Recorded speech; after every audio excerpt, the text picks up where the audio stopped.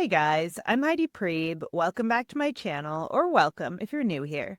Today on this channel, I want to talk about some reminders that you might need to hear if you have either complex PTSD or toxic shame. And these reminders are not things that I imagine you would need to hear just once or a couple of times. These are things that I actually recommend you take and hand to the part of yourself that is that healthy inner adult, because these are things that we can say to ourselves in moments of overwhelm or during toxic shame attacks that are really just lessons that a lot of people internalized at a very young age that we might have decided just didn't apply to us, or that we might still secretly think don't apply to us. And it's okay if a part of us still struggles to accept any of these or believe them to be true. But without further ado, we're just going to get into what some of these reminders are that, if we're so inclined to, we can return to during the moments when we need them the most. First reminder you probably need if you have C-PTSD or toxic shame is that lots of people get behind in life.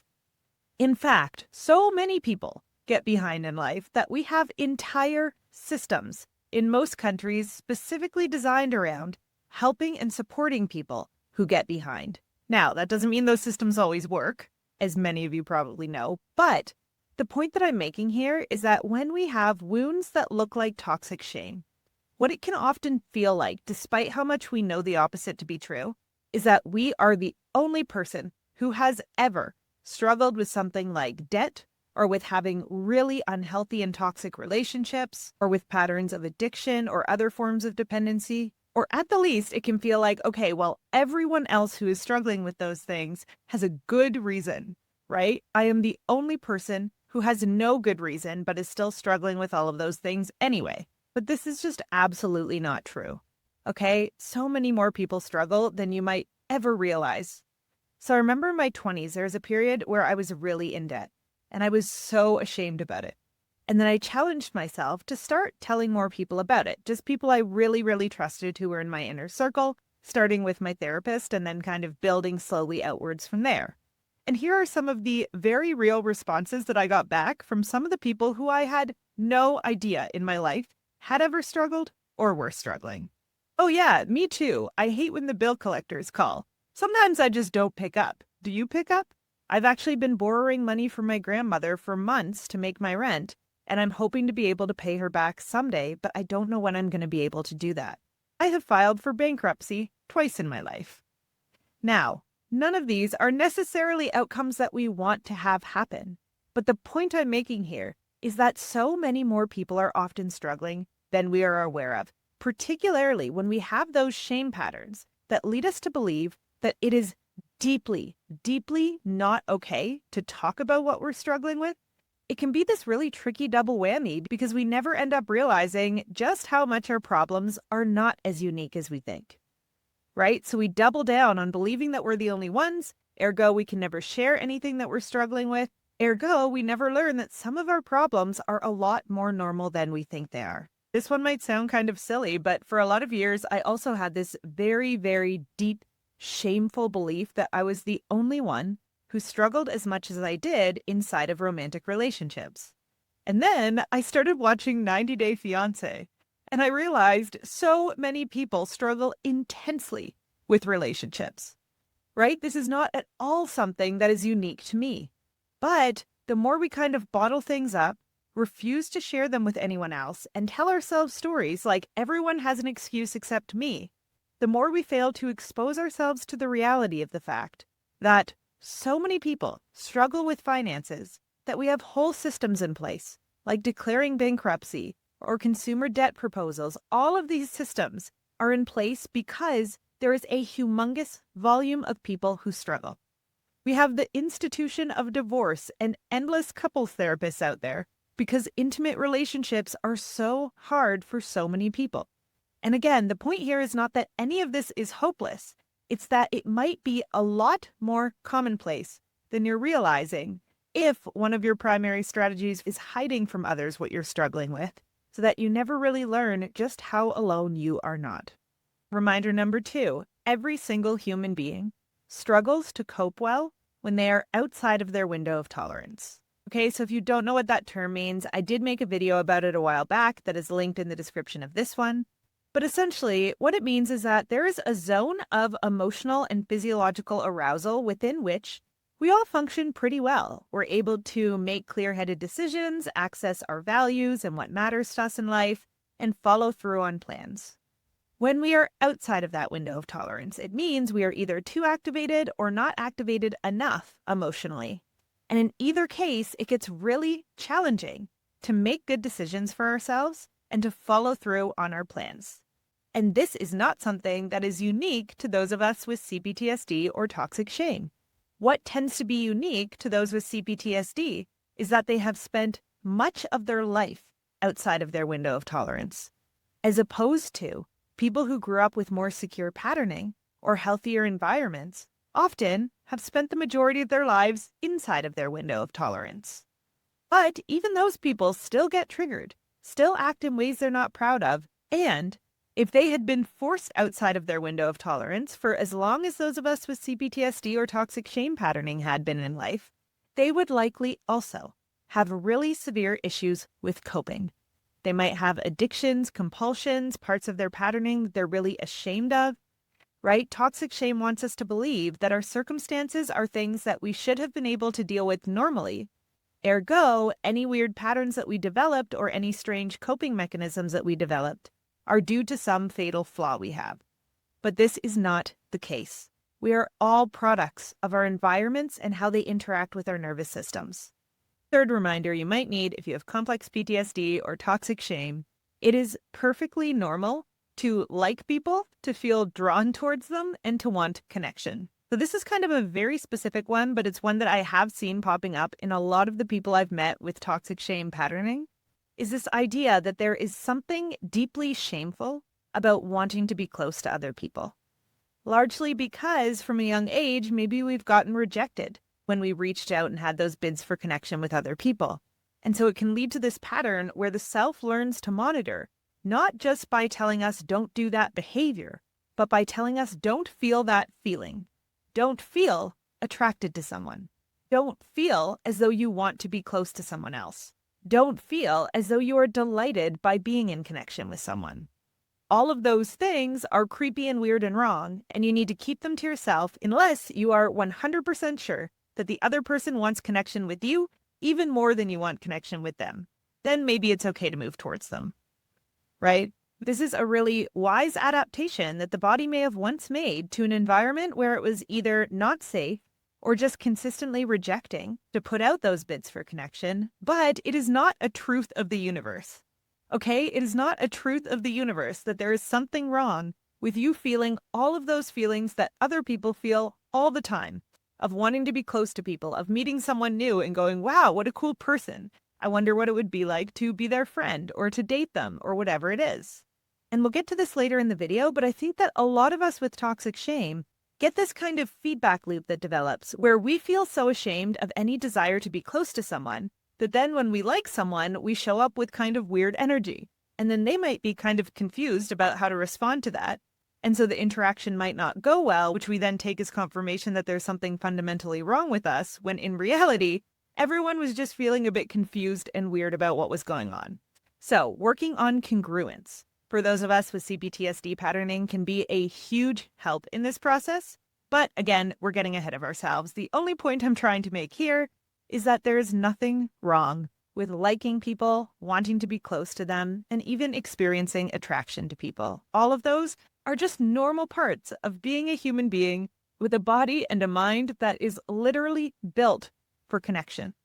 Fourth reminder you might need if you have complex PTSD or toxic shame: when you end up developing the sense of dignity that is going to come from healing these wounds, it is going to come from taking your entire self with you. Okay? So especially when we're struggling with toxic shame, we can have this belief that the only way we will ever be able to feel proud or good about ourselves or to be in a healthy connection with ourselves is if we get rid of everything we do that is wrong or everything we don't like about ourselves. And then and only then, when we are perfect, will we earn our own self-respect. This, in reality, is not what the healing process actually looks like.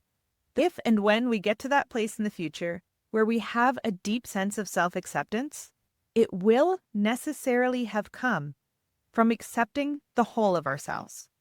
The parts of ourselves that have compulsive patterns, the parts of ourselves that show up imperfectly, the parts of ourselves that sometimes behave awkwardly or weirdly, the parts of ourselves that struggle over and over again with the same issues, the parts of ourselves that we believe are deeply shameful and we wish we could simply cut out of our own systems.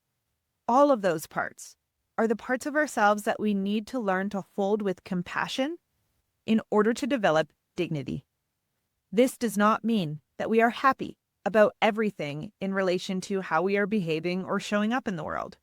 But what it means is that we will reach a place eventually where we're able to understand ourselves well enough to no longer have to default to shame as the main way we make sense of ourselves. So we can look at things like our compulsive patterns and go, wow, I am out of my window of tolerance a lot. I need to help myself get into a more stable environment that is more supportive of what I need so that I don't have to default to these coping mechanisms that are causing me so much suffering. So we'll have a much clearer view of how our inner world and our outer world are connected. And we'll be able to work with those things as a whole system. So we'll be able to look at things like, what stresses am I under? What trade-offs do I have to make as a result of that in my life? And how can I be encouraging with myself the whole way through? The quote-unquote healed version of ourselves, which of course we never get to 100%, but we can get to a place just like with physical health where we are not stuck in immense suffering every day. That version of ourselves is not a version who is perfect and has everything figured out. It is a version that is realistic, that understands life is hard. The nervous system that we're dealing with has a lot of challenging patterns baked into it that were once highly adaptive. So a lot of the time, we're not going to have the perfect outcome available to us, but we can at least understand and stay aware of why we are behaving imperfectly, just like everybody else on the planet, including the people who have a deep and strong sense of self-respect. Fifth reminder you might need to hear, we've already kind of gone over this, but it probably bears repeating 1,000 to 10,000 times. So sometimes what you are perceiving as rejection in other people is actually people not really knowing how to respond to you because there is a lot that you're either hiding, concealing, or being incongruent about, and they can feel that. And I want to be clear, this is not another thing to shame yourself for, okay? The only reason I bring this up is because I think that it can be a giant blind spot for a lot of us with C-PTSD.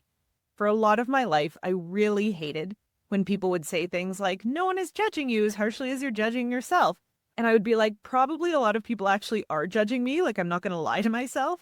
But what I realized as I grew up and started working through some of those toxic shame patterns is that, yeah, people do judge us, right? We're not trying to pretend that's not true. There might be lots of people we've had interactions with who walked away from the interaction going like, oh, that was kind of awkward or weird.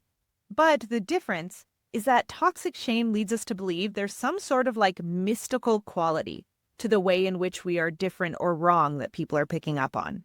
And what I'm challenging here is that that is the part that's not true, right? There is not some sort of fundamental flaw that other people can pick up on. What they are picking up on is perfectly ordinary things like levels of incongruence or dissociation or whatever it is. Because we tend to be kind of dissociated from our own somatic experience a lot of the time, we might not be aware of how we're showing up in terms of body language cues or the kind of vibe that we're giving off.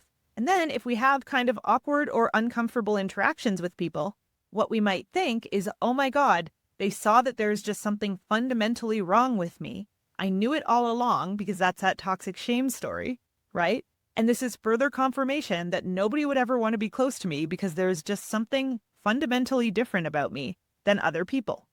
When in reality, the kind of awkwardness that we might be picking up on is actually someone just not really knowing how to relate to us because they're getting kind of mixed messages from what we're saying and how we're acting. So even if people are judging us, that doesn't mean that they're picking up on some magical quality that exists inside of us that is fundamentally wrong. Reminder number 6 that you might need if you have C-PTSD or toxic shame is that the coping mechanisms that you are the most ashamed of might in fact be holding very relevant information about what your needs are. So When we have needs that do not get fulfilled, especially if they're needs that have been online for the majority of our lives, like the need for close connection, those needs refuse to go away. That is actually part of what makes the human spirit so resilient. What they do is go undercover.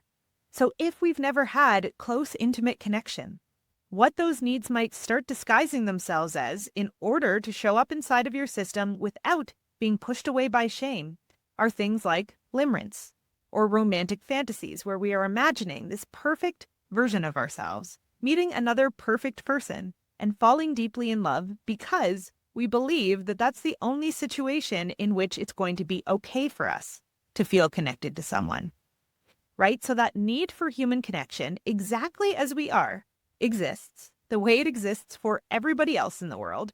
But again, because we may have developed a story that sounds something like there's something creepy, bad, and wrong about me, so before I can have close connection, I need to become perfect, that very normal need for connection goes, great.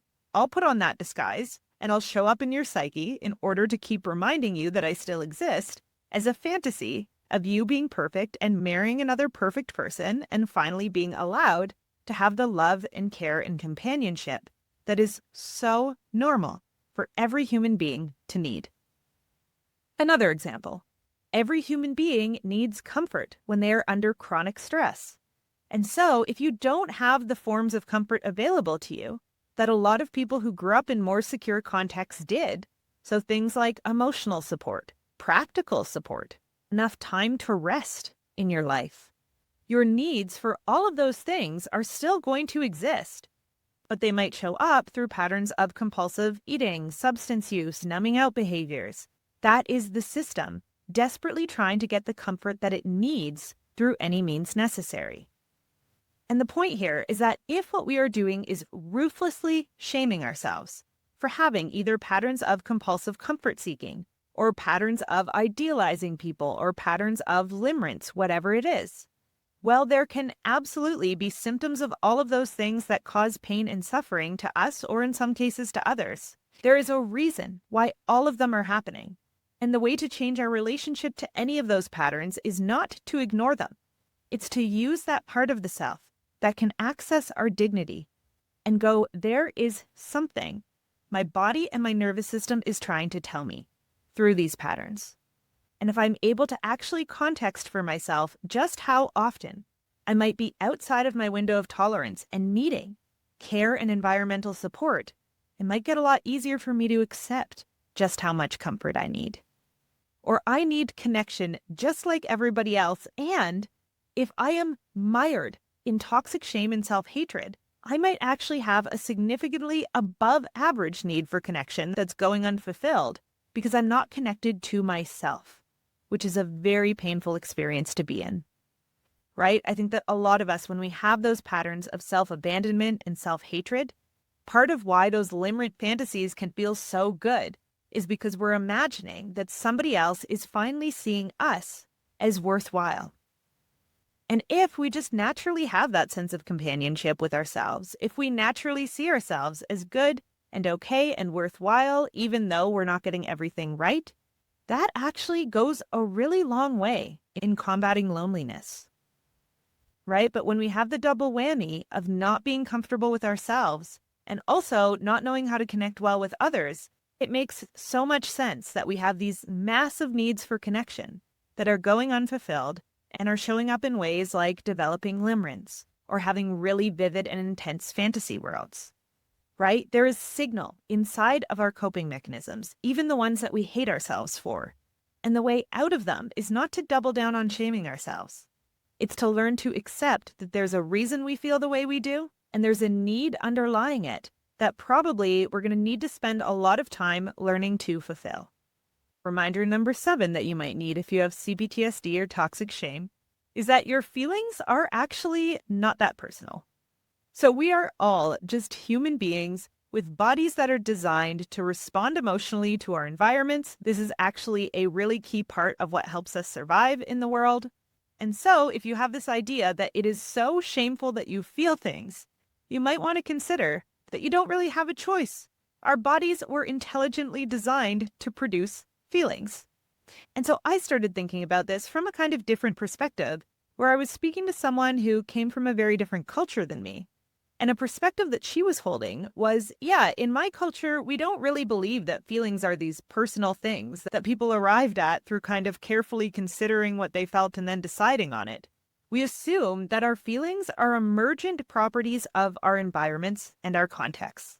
And the caveat I want to give here is that some of us might actually deeply believe this is true for other people, particularly if we've gone through patterns of abusive behavior where someone tells us, you are making me feel the way that I'm feeling, but we don't believe that it's true for us. And of course, there is a line to be walked here between self-responsibility and environmental emergence, right? So I am feeling angry does not mean I get to be abusive towards other people. We are still responsible for our behavior. But feelings themselves are things that naturally come up inside of our systems as a result of what we are experiencing in life, because our bodies are designed to react emotionally to things. And so I sometimes just find this an easier way to be in relationship to my emotions, especially if I'm feeling shame about them. I can sit down with myself and go, what is my body trying to do to keep me alive here? Oh, am I attracted to someone? Cool. That's probably because I have a human body that is oriented towards reproduction. Am I feeling angry? That makes sense. I have a human body that keeps me safe by trying to push away things that don't feel good or healthy to me. Am I in the middle of a toxic shame spiral and I'm feeling shame about the amount of shame that I'm feeling and all of the things I'm doing to cope with it? Cool. I have a human body that has developed a shame response when it thinks that I'm going to get ostracized from a group of people unless I change my behavior. Right? Again, we get to choose how we respond to our feelings. But shaming ourselves for feeling them is often a lifelong fool's errand because our feelings are not that personal. They're just responses that our bodies are having to being alive. We can work with them when they show up. We can orchestrate which environments we're putting ourselves in so that we have the best possible chance of being able to stay inside of our window of tolerance more often. And we can choose how we express our feelings to others. But the feelings themselves, unfortunately, we're just always going to have as long as we are in human bodies. Eighth reminder you probably need if you have C-PTSD or toxic shame is that you do not have to earn the right to care about yourself. In fact, it's often a lot better for everyone involved, especially you, if you care about yourself first, before you have solved your whole life and become perfect. Okay, so this really hit home for me recently when I was talking to a friend of mine who's had kind of very sustained career success over like a 20-year period in his life. And I asked him, how do you stay balanced? Like, you just seem like you don't burn out as much as the average person, despite the fact that you have a very long track record of getting much more done than the average person. And his response was so cool to me. He said, most people don't stop until they burn out.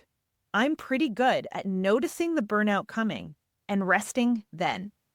And that was his secret to how he keeps himself from burning out, is he gives himself rest at an earlier point than the average person, not at a later point. Right? But this is what it feels so natural for a lot of us to do, particularly if we grew up with some sort of belief that we only get to feel good once we have earned it through enough suffering or self-punishment or whatever it is. It has personally been quite frustrating for me in life, honestly, to learn over and over and over again through trial and error that the more rest, the more kindness, and the more compassion I give myself earlier on in the process, the better I perform the whole way through. So I think a lot of us with toxic shame get kind of stuck in this double bind of once I fix my whole life, heal everything about myself, and become perfect, then I will get to relax, have close relationships, experience comfort and joy and ease. When in reality, all of those things are things that we need to be able to feel before we can heal, because they are the things that create the healing. Okay? When we can laugh and relax our nervous systems, it makes us better at dealing with all stressors in our life. When we have healthy, supportive relationships, it makes us better at dealing with all stressors in our lives. When we have enough rest, enough support, when we've been able to take care of our health, all of these things are what give us the strength and the nervous system capacity to be able to tackle the harder parts of our lives. So if we are putting them off until we get everything else done, what we're essentially creating for ourselves is a no-win situation. So a mantra I developed at one point in my life is the more stressed I am, the more time off I need. That's a non-negotiable because it's the very thing that's going to give me the capacity to do more. And this is one that I think a lot of us need to repeat to ourselves, like many of these, 100,000 million times. So do it. Every time you find yourself hovering around that burnout point, going, I just need to achieve 2,500 more things and then I will rest. Remind yourself, I need the rest now. I need the connection now. I need the support now. That is the way I'm going to get to the end of this, not the other way around. Ninth reminder, this one's a tough one for a lot of us. Perfectionism is not the route to connection. It is the route to isolation.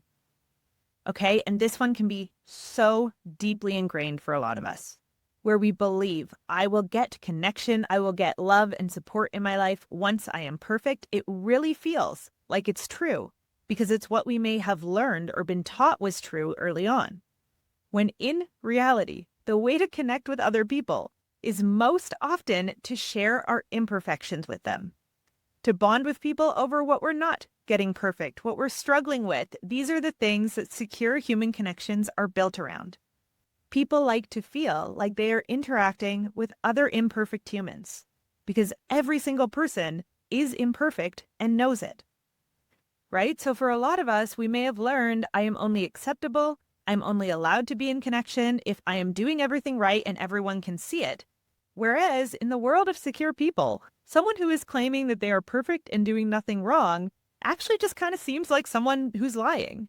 And that might be a turn off for the average person rather than something that makes them want to move closer. And again, we're not here to shame ourselves for our perfectionism. What we're here to do is recognize that the parts of ourselves that we think we most need to hide to be in connection are so ironically often the exact same parts that we need to show to people in order to develop secure relationships. This brings us all the way back to those first few points, right? Where we were talking about how we might believe that we are the only person struggling with things like finances, relationships, body image issues, feeling behind in life, addictive tendencies, whatever it is. When we start talking about these things, especially if we're able to do it in a relatively self-contained way, which is a skill that can be learned, what we often realize is that most people struggle to some extent with all of those things.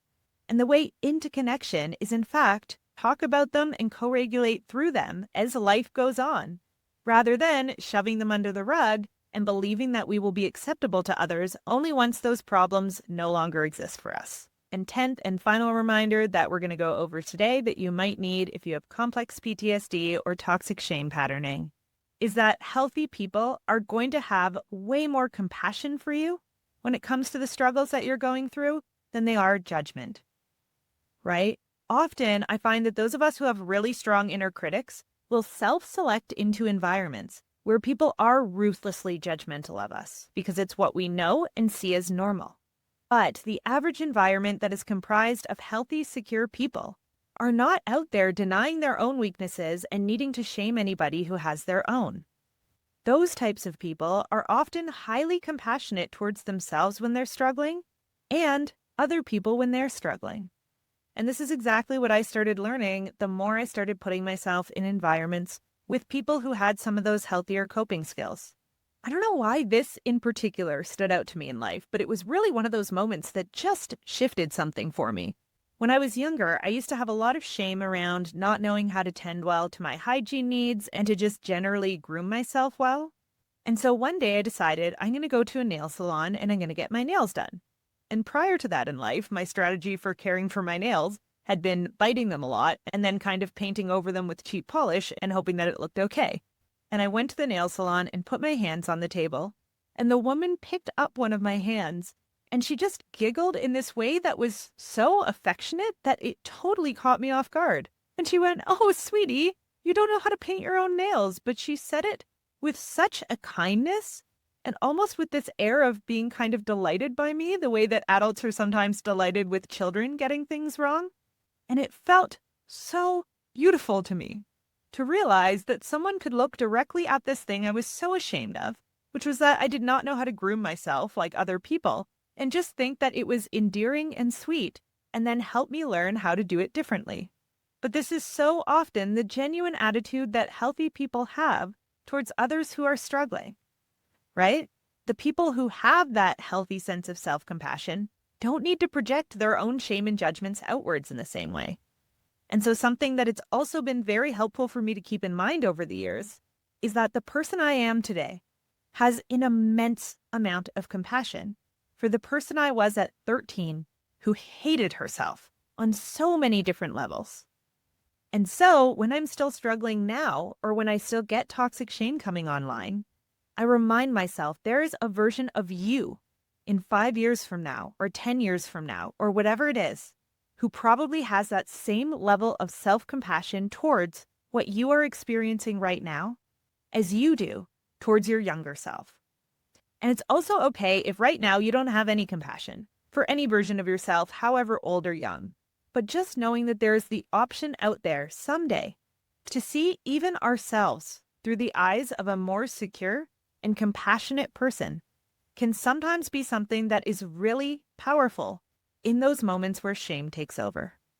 Right now, I think I have no excuse to be doing anything I'm doing or to have made any of the mistakes that I've made, but a future version of me might actually totally understand, having stepped back from the situation and grown through it, why I'm behaving all of the ways I'm behaving right now, or why I'm struggling so much in the ways that I'm struggling right now, whatever it is. And so this is the ongoing process of retraining that inner critic to be a healthier one. So not someone who says, yes, everything you do is great and fine and cool and you don't have to pay attention to any impact you're having, but one that is not ruthlessly criticizing us based on someone else's need to externalize their shame, which is usually the context we developed it in, right? We were either raised by or were in close contact with someone who had something they couldn't accept about themselves, and so they had to project onto the people around them.